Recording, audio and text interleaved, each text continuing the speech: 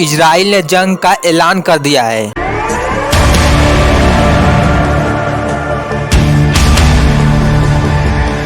सात अक्टूबर 2023 हमास ने इजराइल पे 5000 मिसाइल दागे और पूरा इजराइल हिल गया।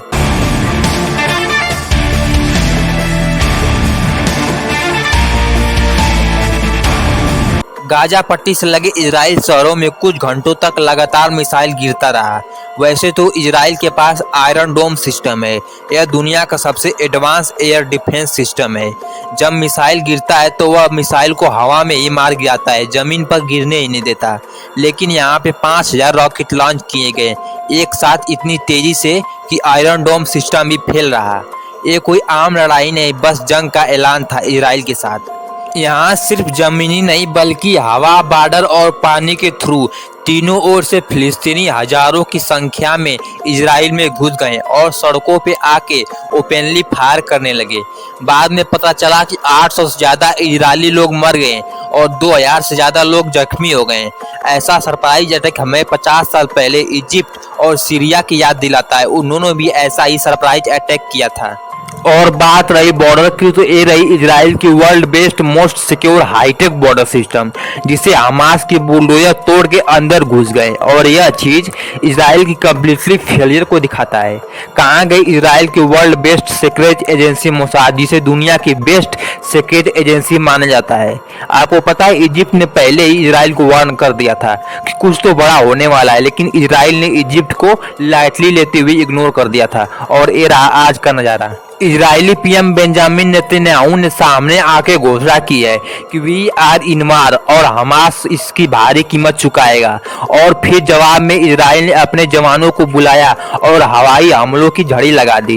नेतन्याहू ने हमास के ठिकानों को मलबे में बदलने की कसम खाई है। इजरायली विमानों ने गाजा शहर के केंद्र के कई इमारतों को निशाना बनाया था, जिसमें से एक 11 मंजिला हमास रेडियो स्टेशन है।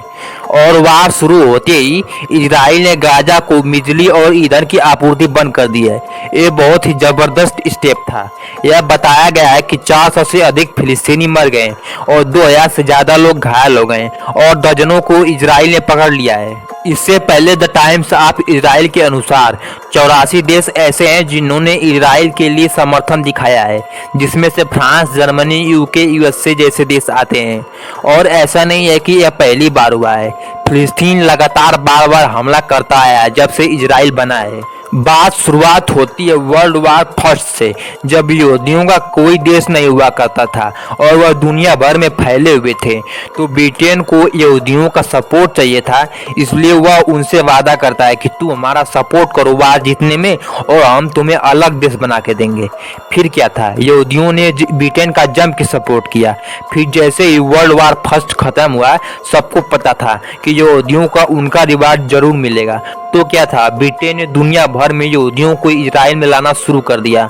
और उनकी भी मजबूरी थी, क्योंकि क्या हुआ कि उधर हिटलर का उदय हो रहा था दूसरी तरफ, क्योंकि ऐसा माना जाता है कि ईसाइयों के भगवान जीसस को यहूदियों ने मारा था, इसलिए यूरोप में कहीं भी उनके साथ अच्छा व्यवहार नहीं किया जा रहा था। सबको पता है वर्ल्ड वार सेकेंड के दौरान हिटलर में 60 लाख यहूदियों को मरवा दिया था। यहूदी तो इस बात से खुश थे कि वह दुनिया भर से अपने पुराने देश में वापस आ रहे हैं, लेकिन वहाँ के लोकल अरब लोग इस बात से खुश नहीं थे कि जहाँ वह इतने सालों से रह रहे हैं वहाँ कोई दूसरा आ रहा है। लेकिन फिर भी दुनिया भर से यहूदियों को लाके इजराइल में ठूस दिया गया। पहले इजराइल में बहुत कम यहूदी थे, लेकिन 1947 आते आते इजराइल की 1/3 पॉपुलेशन सिर्फ यहूदियों की हो गई। और यह चीज अरब लोगों को अच्छी नहीं लगी, इसलिए अरब और यहूदियों में लड़ाई होने लगे, दंगे होने लगे। और इस बात को सुलझाने के लिए यूएन ने देश का ही बंटवारा करके यहूदियों को अलग देश दे दिया।